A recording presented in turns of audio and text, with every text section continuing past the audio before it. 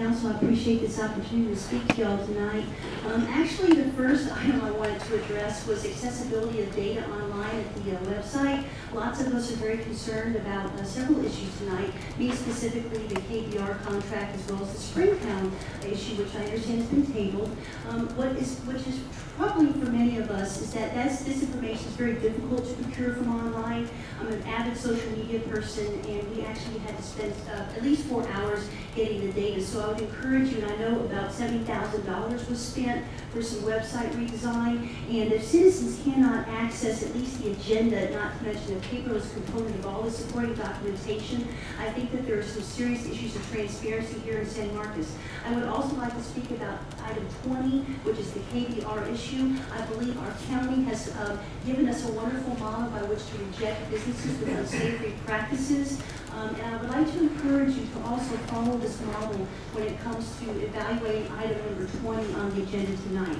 Also, I think it's important that we as a municipality support those men and women who overseas fighting for our freedoms, and the unsavory business practices of KBR are well documented in the United States congressional hearings, as well as here all over. If you just do a little bit of search online, you'll see that many of our men and women have either died or suffered very severe injuries, and so I would encourage you to reject this. The other idea I wanted to talk about is this notion of giving money to outside developers.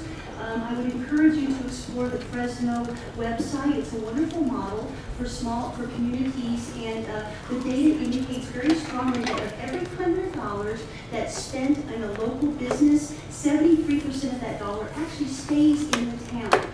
For every $100 that is given to an outside company, only $43 of that stays in town. So I think you can actually see a very significant statistical significance here.